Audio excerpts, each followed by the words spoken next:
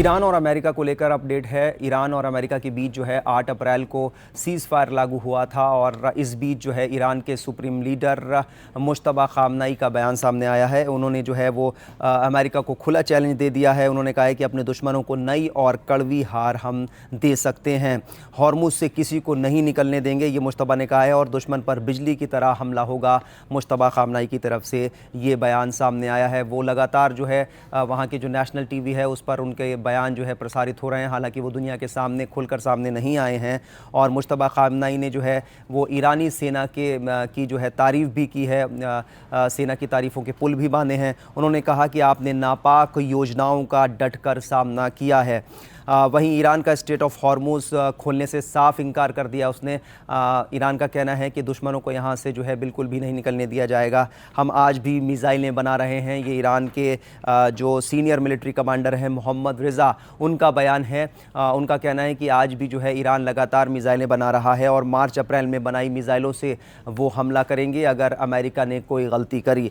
बता दें कि हॉर्मुज़ पर लगातार ट्रंप का बयान भी देखने को मिल रहा है। ट्रंप ने कहा है कि ईरान जो है इस पूरे मामले पर ब्लैकमेल कर रहा है दुनिया को और ट्रंप के बयान में जो है सच्चाई नहीं है। ये वहाँ के ईरान के जो पार्लियामेंट के जो स्पीकर हैं उनका कहना है, गालिबाफ का, कि ट्रंप जो कह रहे हैं उसमें सच्चाई नहीं है। ईरान को अमेरिका पर भरोसा नहीं है, ये गालिबाफ का कहना है। ईरान के पास ना नेवी है ना एयरफोर्स, ये ट्रंप ने कहा था और जाहिर सी बात है उसके बाद देखने को मिला किस तरीके से ईरान ने जो है वो अमेरिकी फाइटर जेट को निशाना बनाया, वो भी हमको देखने को मिला था। ट्रंप ने यह भी कहा है कि इजराइल जीत हासिल करना जानता है और इजराइल साहसी, निडर और वफादार है। कहीं ना कहीं इजराइल की तारीफ ट्रंप दोबारा कर रहे हैं और ये हवाला दे रहे हैं कि अमेरिका का एक महान सहयोगी है इजराइल और लगातार वो उसका साथ देते नज़र भी आ रहे हैं। लेकिन इस बीच मुश्तबा खामनेई का बयान बेहद ख़ास हो जाता है,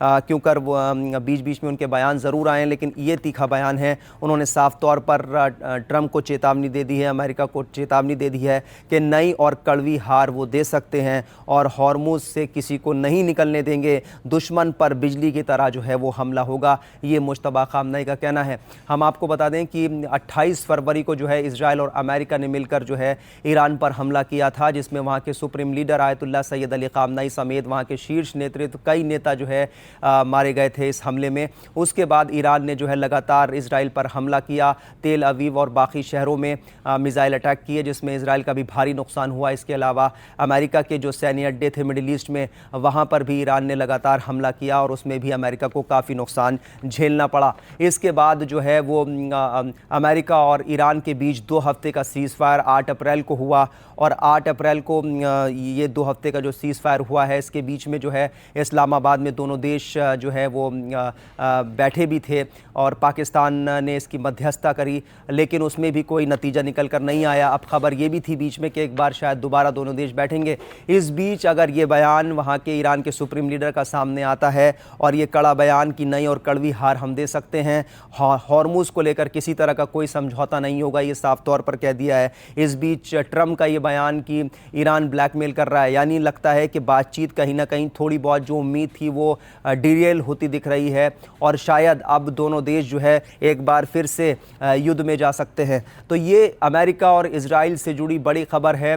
ट्रंप ने जो है वो कहीं ना कहीं इजराइल की नेतृत्व, इजराइल की तारीफ़ भी करी है, तो इससे लगता है कि अब शायद जो है ये पूरा मामला अब युद्ध की तरफ बढ़ता दिख रहा है, क्योंकि ट्रंप ने साफ तौर पर कह दिया है कि इजराइल जीत हासिल करना जानता है। इजराइल जो है साहसी, निडर और वफादार है और अमेरिका का महान सहयोगी है। कहीं ना कहीं वो इजराइल की तारीफ़ भी कर रहे हैं, वहाँ की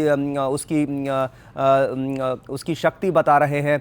दूसरी तरफ जो है वो ये भी बता रहे हैं कि अमेरिका जो है इजराइल के साथ हमेशा से खड़ा था और आगे भी खड़ा रहेगा।